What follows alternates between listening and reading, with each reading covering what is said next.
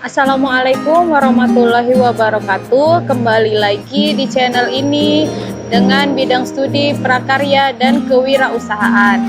Nah, kali ini materi yang akan dibahas adalah wirausaha kerajinan dari bahan limbah berbentuk bangun datar. Nah, kita sudah tidak asing lagi dengan kata limbah. Nah, kita sering menjumpai limbah dimanapun kita berada, baik di sekolah, di rumah, maupun di sekitar jalan-jalan yang kita lewati. Nah, ternyata limbah itu bisa dijadikan suatu produk yang akan menghasilkan nilai ekonomis jika kita mampu mengolahnya dengan inovasi dan kreativitas kita, sehingga limbah tersebut akan bermanfaat dan memiliki nilai jual. Nah, apa itu limbah?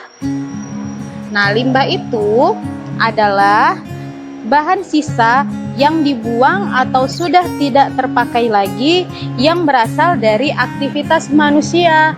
Nah, limbah atau sampah terdiri dari dua golongan, yaitu sampah organik dan sampah anorganik. Nah, apa sih bedanya antara sampah organik dengan sampah anorganik? Nah, biasanya yang kita ketahui kalau sampah organik itu adalah sampah yang mudah terurai, sedangkan sampah anorganik adalah sampah yang sulit terurai. Nah, jika kita uraikan lagi perbedaan antara sampah organik dan sampah anorganik, dilihat dari asalnya. Kalau sampah organik berasal dari sesuatu yang bersifat organik. Nah, limbah organik berasal dari makhluk hidup, mulai dari manusia, hewan, sampah, sampai tumbuh-tumbuhan. Nah, kalau dia sampah anorganik, yaitu sampah yang berasal dari segala kegiatan yang dilakukan oleh manusia dan di luar hasil buangan makhluk hidup. Nah, yang kedua itu ada dilihat dari kemudahan dekomposisinya. Nah, tadi sudah kita ketahui kalau limbah organik adalah limbah yang mudah diurai oleh mikroorganisme. Mikroorganisme itu adalah makhluk hidup seperti bakteri yang memiliki tugas sebagai penguraian sampah. Nah, kalau dia limbah anorganik, tadi katanya limbah yang sulit terurai.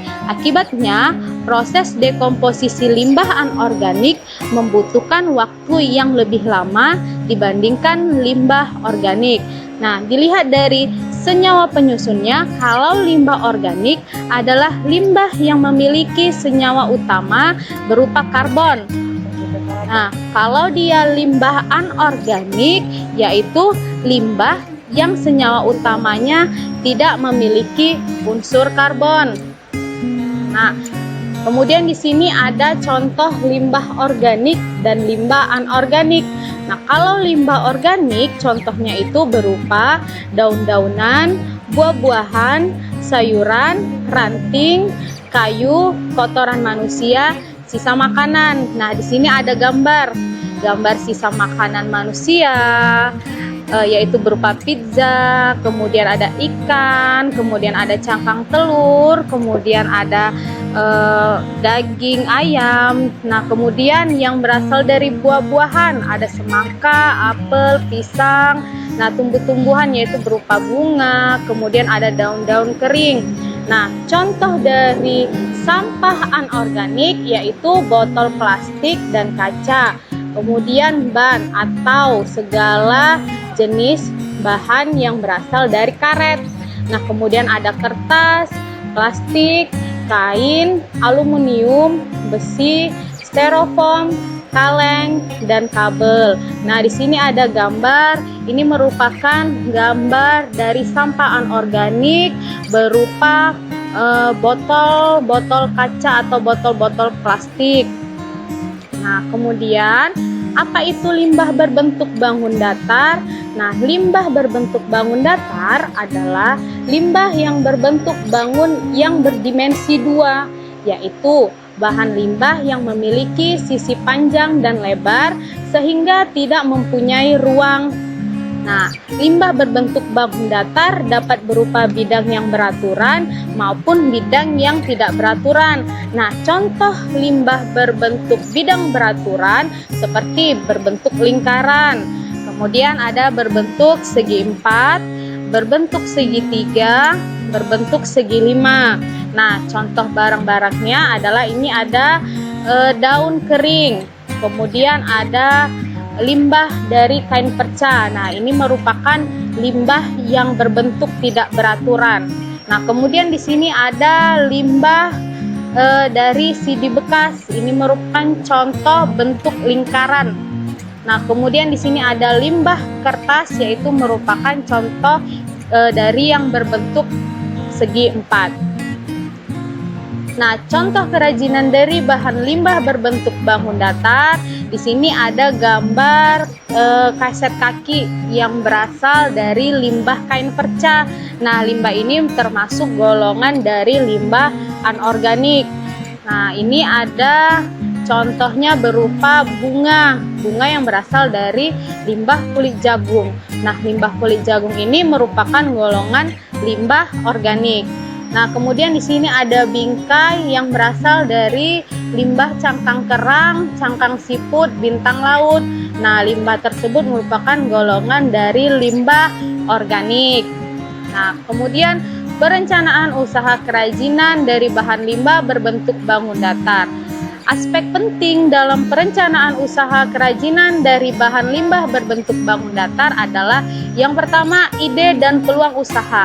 Nah, alangkah lebih baiknya ide kita itu adalah ide asli dari diri kita sendiri tanpa menjiplak karya orang lain. Nah, kita juga harus melihat peluang usaha. Nah, peluang usahanya itu harus kita perhatikan agar usaha kita dapat berkembang. Nah, yang kedua, ada sumber daya yang dibutuhkan dalam usaha. Nah, terdiri dari 6M, yaitu yang pertama, man atau manusia, yaitu orang yang terlibat dalam usaha. Nah, atau disebut sumber daya manusia. Nah, kemudian ada money atau uang, merupakan dana yang dijadikan sebagai modal usaha. Nah, dalam hal ini yang dimaksud dana adalah untuk perputaran atau melalui pengeluaran dan pemasukan yang terjadi dalam usaha tersebut. Yang ketiga ada material atau bahan yang terdiri dari bahan setengah jadi dan bahan jadi. Nah, kemudian ada mesin atau mesin, yaitu alat yang digunakan dalam kegiatan usaha. Dalam kegiatan perusahaan ini sangat diperlukan. Dengan menggunakan mesin akan memberikan kemudahan, keuntungan, serta menciptakan efisiensi kerja. Nah, kemudian ada metode, yaitu metode yang dilakukan dalam kegiatan usaha. Nah, dalam proses produksi memiliki peranan yang sangat penting. Dengan metode yang tepat dapat membuat pelaksanaan kerja menjadi lebih efektif. Nah, yang terakhir ada market atau pasar sasaran dari produk yang dihasilkan dalam melakukan suatu kegiatan usaha. Nah, dalam dunia usaha, penguasaan pasar merupakan hal yang sangat penting. Nah, yang ketiga ada perencanaan administrasi usaha. Nah, perencanaan administrasi usaha ini terbagi lagi menjadi perizinan usaha. Adapun dokumen yang harus disiapkan adalah izin prinsip, kemudian ada izin penggunaan tanah, kemudian ada izin mendirikan bangunan, nah kemudian ada izin gangguan. Nah, kalau izin prinsip yaitu dokumen izin prinsip usaha yang persetujuannya dikeluarkan oleh pemerintahan daerah setempat untuk mendirikan usaha sendiri. Nah, izin penggunaan tanah yaitu dokumen izin penggunaan tanah. Persetujuannya dikeluarkan oleh Badan Pertanahan Nasional setempat setelah memiliki surat pembebasan tanah. Nah, kalau izin mendirikan bangunan, yaitu dokumen persetujuan usaha kecil dikeluarkan oleh Pemda melalui Dinas Pengawasan Pembangunan Kota. Nah, kalau izin gangguan yaitu izin persetujuan dari bagian undang-undang gangguan Pemda setempat. Dan sebelumnya seorang wirausaha harus minta izin terlebih dahulu dari RT, RW, para tetangga setempat, dan kelurahan. Nah, yang kedua ada surat menyurat, yaitu kegiatan yang berkaitan dengan pihak lain seperti pemasok dan pelanggan.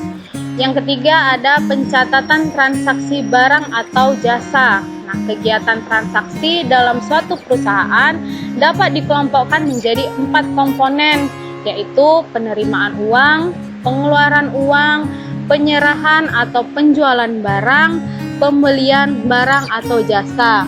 Nah, bukti-bukti transaksi tersebut dicatat dalam buku jurnal, selanjutnya dicatat ke dalam buku besar yang nantinya akan menghasilkan laporan keuangan. Kemudian ada pajak, yaitu NPWP, nomor pokok wajib pajak, yang dijadikan sebagai sarana administrasi perpajakan atau acuan untuk membayar pajak. Nah, yang terakhir adalah perencanaan dalam pemasaran usaha. Nah, pemasaran merupakan suatu sistem keseluruhan untuk melakukan kegiatan usaha yang ditujukan untuk merencanakan, menentukan harga, mempromosikan, dan mendistribusikan barang atau jasa baik kepada pembeli yang ada maupun pembeli yang potensial. Nah, demikianlah materi yang saya sampaikan. Semoga dapat bermanfaat dan memberikan pengetahuan baru kepada good student semua. Assalamualaikum warahmatullahi wabarakatuh.